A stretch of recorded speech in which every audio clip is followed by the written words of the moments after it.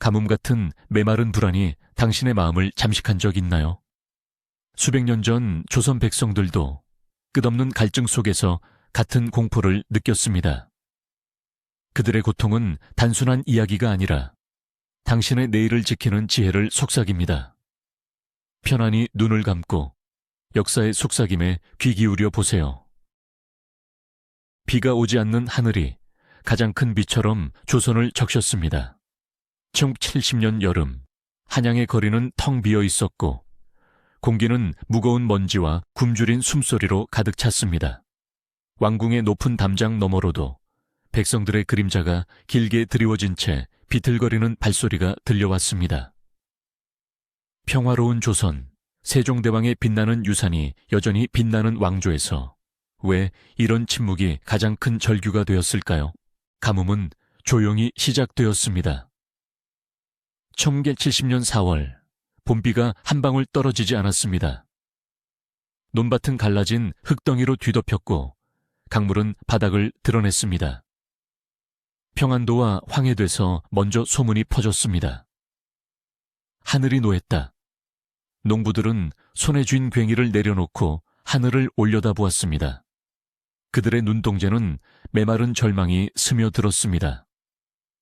밤이 되면 마을마다 희미한 횃불이 켜지며 아이들의 울음소리가 메아리 쳤습니다. 바람이 불면 마른 잎사귀가 스치는 소리가 유일한 동반자였죠. 이제 카메라를 당겨보세요. 한 농가의 초가집 안으로.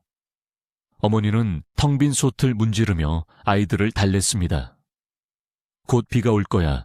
하지만 창밖으로는 끝없는 갈색 들판만 보였습니다. 쌀 한 알이 귀한 시대. 사람들은 나무 껍질과 풀뿌리를 씹으며 버텼습니다. 한양 성저 안 상인들의 시장은 텅 비었고 대신 구걸하는 무리들이 모여들었습니다. 그들의 발은 갈라지고 뼈가 드러난 손은 허공을 더듬었습니다. 공기 중에는 굶주림의 냄새, 먼지와 땀 섞인 비린내가 맴돌았습니다. 1970년 가을로 접어들자 가뭄은 재앙으로 피어났습니다. 벼가 고사하고 보리도 시들었습니다. 조선의 세금제도 공납법은 백성들을 더욱 옥죄었습니다. 왕에게 바쳐야 할 곡식이 먼저였다. 형암들은 보고서를 올렸습니다. 백성들이 굶어 죽고 있습니다. 하지만 궁정은 여전히 예법과 의식에 매달려 있었습니다. 현종왕은 하늘의 제사를 지내셨습니다.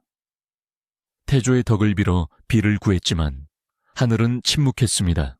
여기서 잠시 멈춰 역사적 맥락을 돌아보죠. 조선 후기 17세기 중반은 왕조의 황혼이 시작되던 때입니다. 임진왜란의 상처가 아물지 않은 가운데 병자호란의 트라우마가 남아 있었습니다.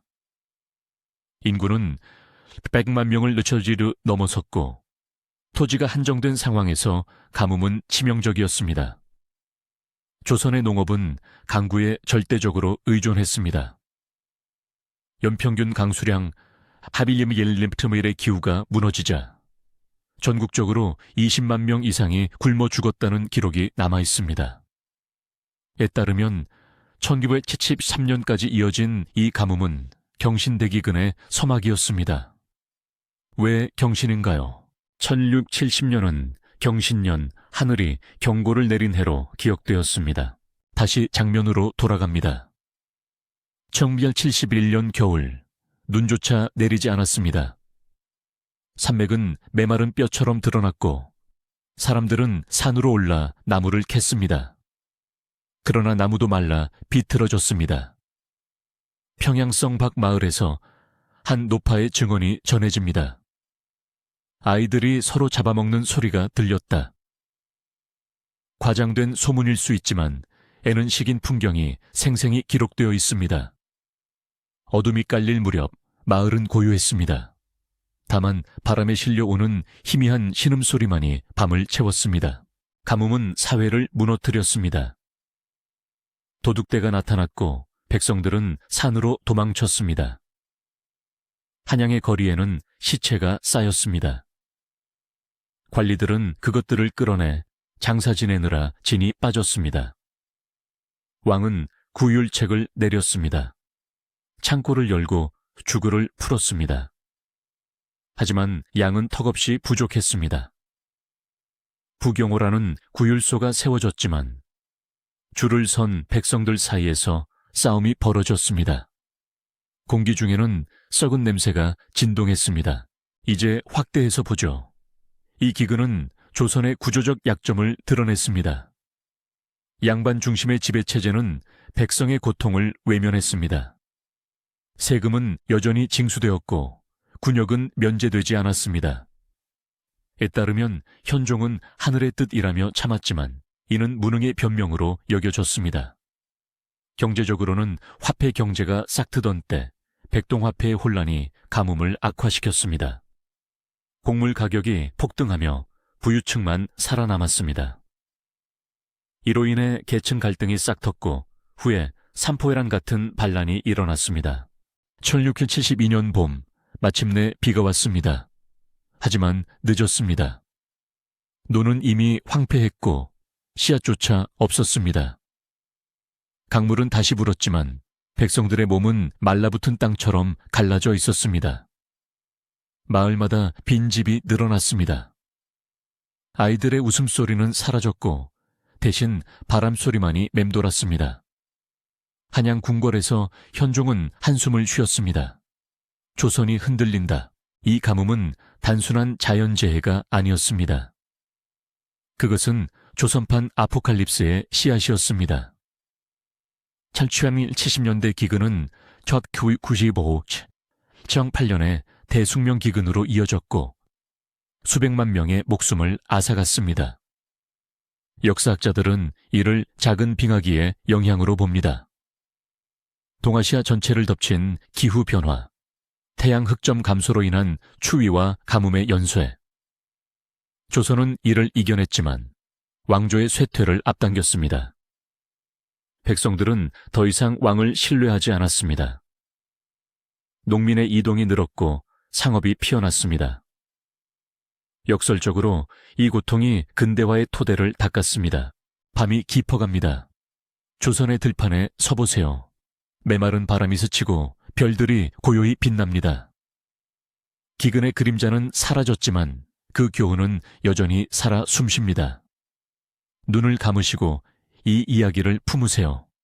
평화로운 숨결 속에서 역사의 깊은 바다가 당신을 감싸 안습니다. 천천히 깊이 숨을 쉬며 잠에 들어보세요. 내일은 또 다른 이야기가 기다립니다. 어둠이 내려앉은 마을, 바람 한 점 없이 고요한 밤.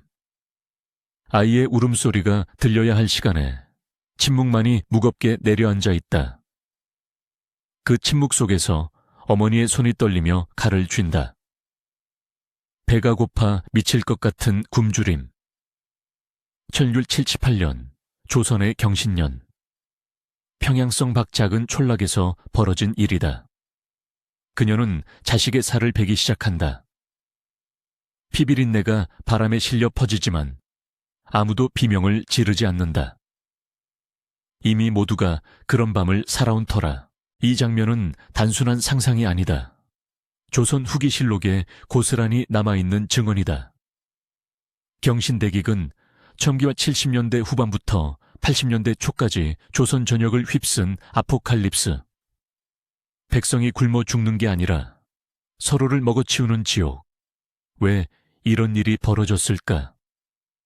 조선의 왕조가 안정된 중흥기라 여겨지는 그 시대에 갑작스런 추위와 가뭄이 연이어 들이닥쳤다. 1670년 겨울, 눈보라가 100일 넘게 이어지며 농토를 얼어붙게 만들었다. 봄이 와도 씨앗은 싹트지 못했다. 쌀값이 치솟아한 섬의 은 50량을 호가했다. 평민의 한 해 수입이 고작 10량 남짓일 때다. 이제 그 지옥 속으로 들어가 보자. 황해도 장단. 1975년 여름. 마을 어귀에 서 있는 한 노파. 그녀의 눈은 텅 비었다. 어제까지만 해도 살아 숨쉬던 이웃의 시체가 지금 그녀의 앞에 놓여 있다. 칼이 스르륵 피부를 가른다. 살점이 떨어져 나가는 소리, 부드럽고 끈적한. 그녀는 그것을 불에 구워 먹는다. 입안에 퍼지는 짠맛, 그 안에 섞인 절망의 맛. 주위에는 비슷한 광경이 펼쳐져 있다. 부모가 죽은 자식의 팔을 뜯어먹고 형제가 동생의 다리를 썰어 나눈다. 공기 중에 스며든 썩은 고기 냄새, 비가 내릴 때마다 흙바닥에 스며든 피가 붉은 웅덩이를 만든다. 실록은 이렇게 기록한다. 부모가 자식을 도려먹고 남편이 아내의 살을 캐먹으니 상 안에 사람 그림자조차 보이지 않음. 1978년 한성 근처에서도 식인 풍경이 만연했다. 한 관리가 지방 순시 중 목격한 바, 사람들이 서로 잡아먹는 소리가 들려오니 밤새 잠 못 이룸이라 적었다. 생존자 증언은 더 생생하다. 충청도 출신 한 농부의 일기. 아내가 굶어 죽자 피를 짜먹고 살을 말려 먹음. 그 맛은 돼지고기 같지 않고 쓰디쓴 풀 같음. 먹고 나니 속이 메스꺼워 토했으나 내일 또 찾아 먹음. 그의 송을씨는 떨림으로 일그러져 있다. 이 야만은 단순한 본능의 폭발이 아니었다. 배고픔이 인간성을 갉아먹은 결과, 조선 사회의 구조적 취약함이 드러난 순간이다. 인구가 폭발적으로 증가한 17세기, 토지가 한정된 상황에서 기후변화가 직격탄이 됐다. 소빙하기, 유럽에서도 대기근을 부른 그 추운 시대. 조선의 경우 1670년대 평균 기온이 평소보다 2도 낮아졌다. 봄 가뭄과 가을 홍수로 수확량이 3분의 1로 줄었다. 왕조는 구유를 명했으나 조세 징수관들이 쌀을 먼저 긁어 모아 상납했다. 민간에 남은 건 빈 껍데기뿐. 다시 장면으로 돌아가자. 전라도 남원 1980년 겨울, 눈이 무릎까지 쌓인 산길. 한 무리가 시체를 끌고 간다. 그들은 산적대가 아니다. 굶주린 백성들. 죽은 이를 끌고 가서 해체하듯 해부한다. 머리통을 부수고 뇌수를 퍼먹고 장기를 꺼내 불에 익힌다. 뼈마디를 깨물어 핏물을 핥는다. 그 소리, 딱딱 부서지는 뼛소리가 밤 산을 울린다. 살아남은 아이 하나가 숨어서 지켜본다. 그의 증언. 아버지가 어머니의 가슴살을 썰며 울부짖음. 미안하다 하시며 먹는 모습 평생 잊지 못하리라. 이런 식인 행위는 지역을 넘어 전국적이었다.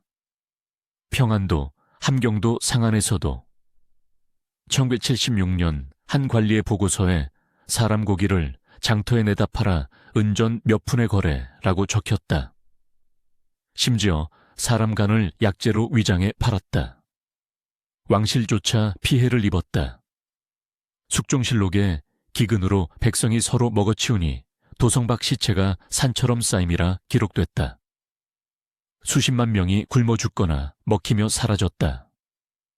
인구가 10% 이상 줄었다는 추정. 지금 그 절망 속 야만을 되돌아보자. 시기는 단순한 생존 본능이 아니었다. 인간 사회의 붕괴를 상징한다. 조선의 유교 이념. 인륜이 무너진 순간 부모 자식 간 금기도 깨졌다. 그러나 이 지옥 속에서도 희미한 인간성은 남아있었다. 일부 마을에서 공동체가 모여 죽은 이를 공동 구휼식으로 먹었다. 비명은 아니었다. 생존의 비명. 그리고 그 비명은 조선 사회에 교훈을 남겼다. 이후 구휼 제도가 강화됐고 창고 시스템이 보완됐다. 다시 밤으로. 그 마을 칼이 떨어지는 소리. 어머니의 눈물 한 방울이 자식의 이마에 떨어진다. 차가운 바람이 불어온다. 이제 그 울음은 바람에 섞여 사라진다. 기근은 지나갔으나 그 상처는 역사 속에 영원히 새겨졌다. 조용히 눈을 감아라. 이 이야기는 끝나지 않았다. 꿈속에서 그 시대의 바람이 불어올 테니 계속해서 더 깊은 밤으로. 강원도 원주 1979년 가을, 낙엽이 썩어가는 들판. 한 집안, 아버지가 죽은 딸의 몸을 안고 웅크린다. 이 살점이라도 먹어야 산다. 그는 속삭인다. 불꽃이 희미하게 타오르며 살을 지글지글 익힌다. 연기가 피어오르고 그 냄새가 코를 찌른다. 먹는 순간 눈물이 쏟아진다. 이웃집에서도 똑같은 광경. 아이가 어머니의 다리를 질겅질겅 씹는다. 맛있어요. 어머니의 마지막 말. 아니, 그녀는 이미 죽었다. 이 증언들은 사초시 차오에 남아있다. 관찰사들의 보고. 식인자 10명 중 9이 가족 간이라. 왜 가족부터? 이웃은 도망치지만 가족은 함께 굶는다. 사랑이 배고픔에 져버린 아이러니. 역사적으로 이런 대기근은 조선에만 있는 게 아니다. 중국 명나라 말기, 유럽 흑사병 시기에도.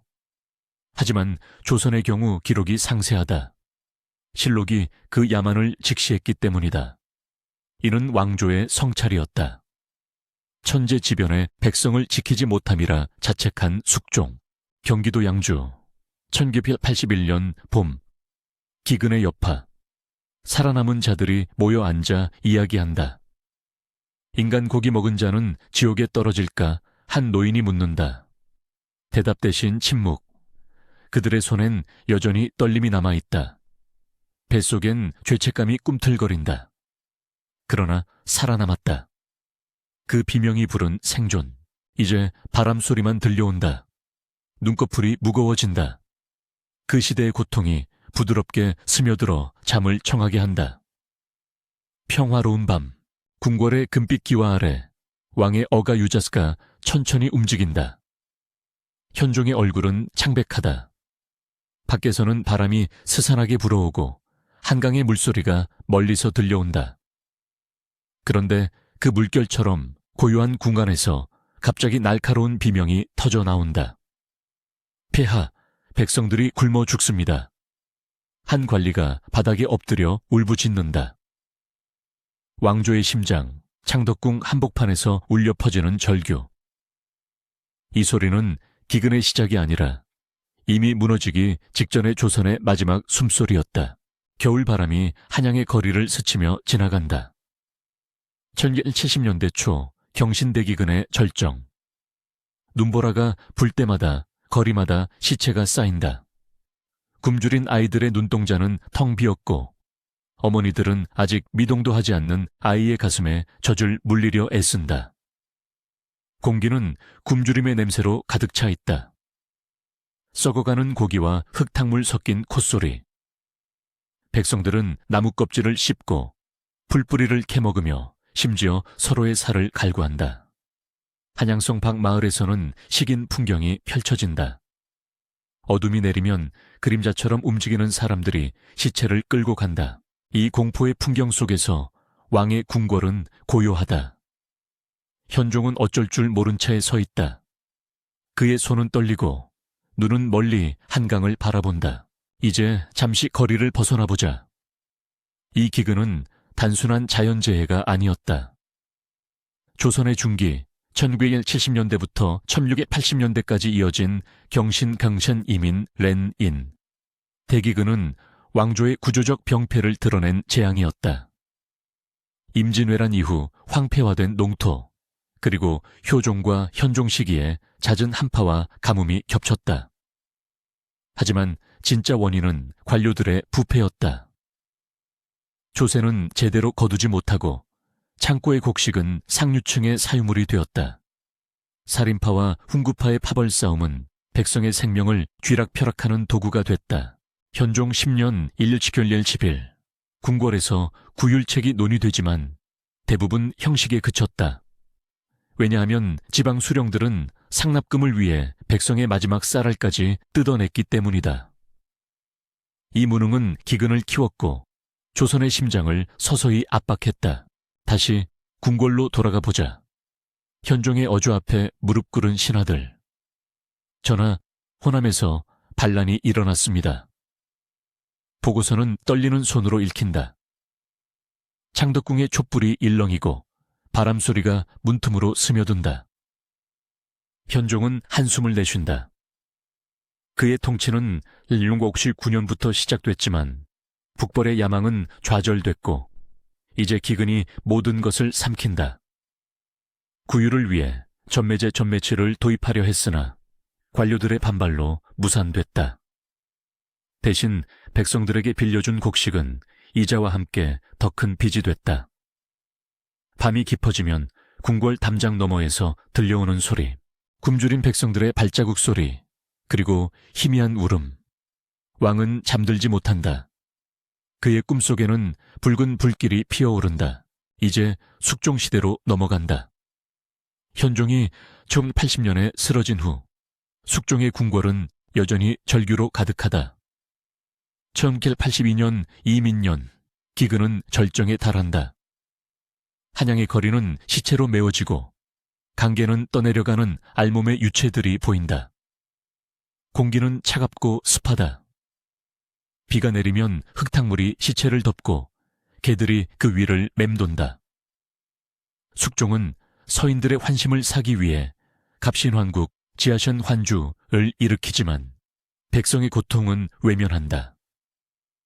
구율책으로 의흥창, 이싱창을 세우고 쌀을 풀었으나 부패한 관리들이 중간에서 착복했다. 한 관리는 구율미, 하요슈미를 팔아 불을 쌓았고 그 돈으로 궁정의 향연을 벌였다. 이 부패의 냄새가 기근의 악취와 뒤섞인다. 관료들의 무능을 더 깊이 들여다보자. 조선의 관료제는 과거제를 통해 선발됐지만 기근 시기에는 탐관오리, 탄관우리가 판쳤다. 예를 들어 전라도 관찰사는 구율 자금을 이용해 자신의 저택을 지었다. 황해도에서는 수령이 백성의 소를 몰래 팔아 상납금을 마련했다. 이들은 왕의 명령을 형식으로만 따랐고 지방의 반란을 키웠다. 1777년 호남의 농민들이 무기를 들었다. 그들은 곡식 창고를 열어라 라고 외치며 관할을 습격했다. 숙종은 군대를 파견했지만 병사들마저 굶주려 싸울 기운이 없었다. 이 반란은 조선 왕조의 무력을 상징한다. 왕의 팔과 다리가 스스로를 갉아먹는 꼴이었다. 다시 장면으로 돌아가자. 숙종의 침전, 깊은 밤. 왕은 홀로 앉아있다. 창밖으로 비가 추적추적 내린다. 한강의 물소리가 멀리서 들려오고 궁궐의 횃불이 희미하게 흔들린다. 어제 올라온 상소문. 백성들이 서로 잡아먹습니다. 아이들의 살이 시장에서 팔립니다. 왕의 손이 떨린다.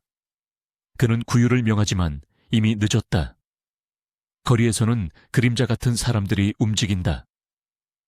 어머니가 딸의 팔을 자르고 이웃이 이웃을 노린다. 공포가 밤 공기를 물들인다. 숙종은 눈을 감는다. 그의 귓게 백성들의 절규가 메아리 친다. 이 붕괴 직전의 순간 조선 왕조의 심장은 어떻게 멎어가고 있었을까? 역사적으로 보자면 경신대기근은 인구의 3분의 1을 앗아간 재앙이었다. 약 100만 명이 굶어 죽거나 병들어 세우러졌다. 이는 단순한 기근이 아니라 중앙 집권제의 한계와 파벌 정치의 폐해를 드러냈다. 현종과 숙종은 구유를 시도했으나 관료층의 부패가 모든 노력을 무효화했다. 반란은 만주와 일본의 침략 위협과 맞물려 왕조를 위기에 몰았다. 이 시기 조선은 아포칼립스의 문턱에 섰다. 그러나 이 재앙 속에서 후대의 개혁 씨앗이 싹텄다. 영조의 탕평책과 균역법이 바로 그 유산이다. 이제 천천히 숨을 고르며 장면을 마무리하자. 궁궐의 아침 안개가 걷히고 한강에 햇살이 비친다. 하지만 거리에는 여전히 시체가 남아있다. 바람이 불면 잎사귀처럼 흩어지는 한숨소리. 왕은 다시 어가를 타고 나아간다. 그러나 그의 발걸음은 무겁다. 조선의 심장은 여전히 뛴다. 하지만 그 박동은 점점 약해져 간다. 밤이 깊어지면 당신의 눈꺼풀이 무거워질 테니 이 이야기를 안고 조용히 잠들어라. 바람소리처럼 스며드는 역사 속으로 잿더미 위에 새싹 하나가 고요히 돋아난다. 바람이 스치는 들판, 아직 검은 재가 덮인 땅, 기근의 그림자가 드리운 조선, 백성 절반이 쓰러진 그곳에서 누군가의 손이 조용히 흙을 헤집는다. 16개월 70년대 말 경신대기근의 포효가 잦아든 바로 그 순간, 죽음의 냄새가 바람에 실려오는 가운데 그 새싹은 희망의 속삭임처럼 피어나기 시작한다. 듣는가 그 고요한 발소리를. 황량한 한양성 밖, 황무지처럼 변한 농토. 비가 내리지 않고 해가 타오르더니 결국 흉년이 모든 것을 삼켰다. 청비원 71년 임진왜란 이후 가장 혹독한 재앙. 백성들은 굶주림에 몸을 떨며 쓰러졌고 시체가 쌓여 산을 이루었다. 그러나 그 재 속에서 생존자들은 눈을 뜬다. 손에 쥔 건 부서진 도끼와 메마른 씨앗 한 줌뿐. 그들은 속삭인다. 살아남아야 한다. 바람이 스치며 잎사귀를 흔들고 새벽 이슬이 흙을 적신다. 그곳 재건의 첫 불씨가 타오른다. 이제 그 장면 속으로 더 깊이 들어가 보자. 평안도 상월, 한 노인이 무릎 꿇고 땅을 파헤친다. 그의 이름은 김육, 조선에 숨겨진 농학자. 기근으로 가족을 잃었지만 그는 포기하지 않았다. 손끝에 묻은 검은 흙, 입안에 남은 굶주림의 쓴맛. 그는 밤새 씨앗을 골라내며 중얼거린다. 이 흙이 다시 살아날 수 있다. 김육은 옛 기록을 뒤지며 중국에서 전래된 새로운 벼 품종을 실험했다. 메마른 땅에 물을 대듯 그는 광해로를 팠다. 물소리가 들려오나? 고요한 계곡에서 천천히 흐르는 그 물줄기. 그것이 생명의 선살이다. 그의 손길 아래 논이 되살아난다. 논두렁에 앉아 바람을 느끼며 그는 속으로 다짐한다.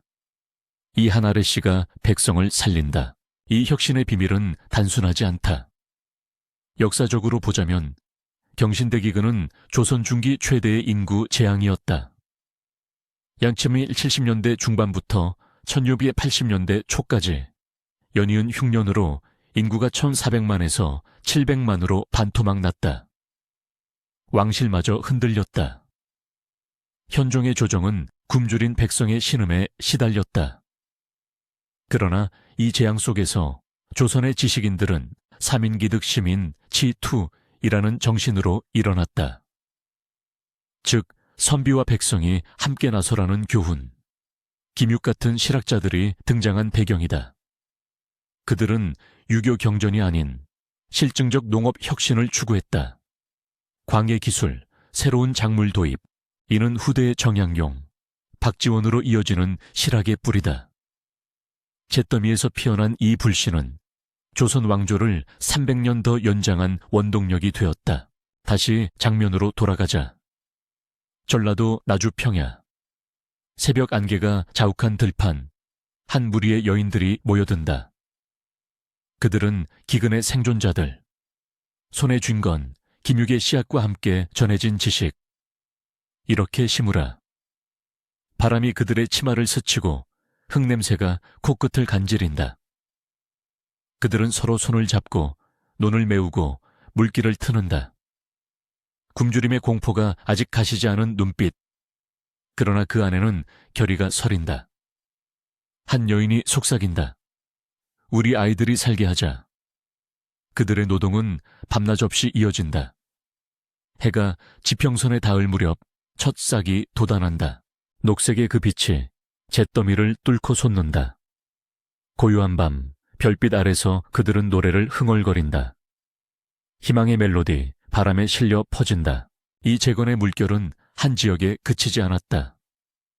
황해도에서부터 경상도까지 백성들의 자발적 연대가 퍼졌다. 향약샹유에이라는 마을 자치가 부활했다. 기근 후유증으로 무너진 공동체를 그들 스스로 재건한 것이다. 지식인들은 책을 펼쳤다. 유형원, 이익 같은 실학 성우자들이 농서 농슈를 저술했다. 전농필지 티안농 비츠에서 그들은 썼다. 흙을 알면 백성이 산다. 새로운 농기구, 작물 순환법. 이는 단순한 생존술이 아니었다. 조선의 경제 기반을 바꾼 혁명. 역사학자들은 이를 재난 후 부흥의 모델로 본다. 왜냐하면 중앙 집권이 아닌 풀뿌리 혁신이었기 때문이다. 임진왜란 때의 의병 정신이 기근 속에서 다시 피어난 셈이다. 이제 한양 성안으로 들어가 보자. 궁궐의 그림자 아래 현종의 어가 유자가 움직인다. 총 75년 기근 직후 왕은 백성들의 신음에 귀 기울였다. 밤하늘 아래 횃불이 일렁이는 길, 왕의 어좌에서 내리는 한숨소리. 짐의 백성이 이렇게 그는 명을 내린다. 전국의 농사를 장려하라. 조정의 신하들, 퇴계 이황의 후예들이 나선다. 그들은 세금을 감하고 씨앗을 나눠주었다. 그러나 진짜 영웅은 왕이 아니었다. 들판의 그들, 이름 없는 농부들. 새벽에 일어나 흙을 만지며 그들은 속삭인다.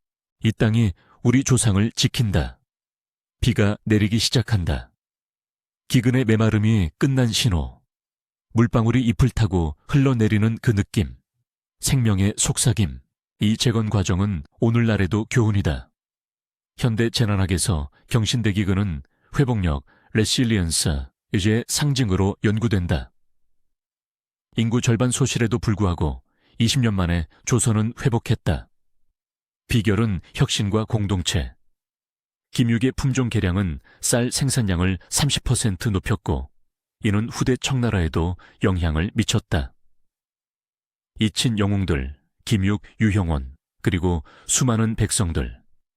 그들의 이야기는 말한다. 아포칼립스 속에서도 인간의 손길은 새싹을 틔운다. 장면이 천천히 펼쳐진다. 신귤 80년대 한양 장터. 사람들의 웃음소리가 들려온다. 시장에 쌓인 벼이삭, 풍성한 곡식더미. 아이들이 뛰놀고 어머니들이 장바구니를 든다. 바람이 포근히 불어온다. 기근의 기억은 희미해지고 새로운 시대가 싹튼다. 그 잿더미 위 이제 푸른 논이 끝없이 펼쳐진다. 고요한 들판, 별이 총총한 밤하늘. 생존자들의 숨소리가 조선의 심장처럼 고르게 뛴다. 이 이야기는 끝나지 않는다. 그들의 발자취는 후대에 이어진다. 실학의 꽃, 그 부흥의 불씨는 조선의 마지막까지 타오른다. 이제 눈을 감고 그 새싹의 속삭임을 느껴보자. 재난 속 희망, 잿더미에서 피어난 영원한 교훈. 평화로운 잠 속으로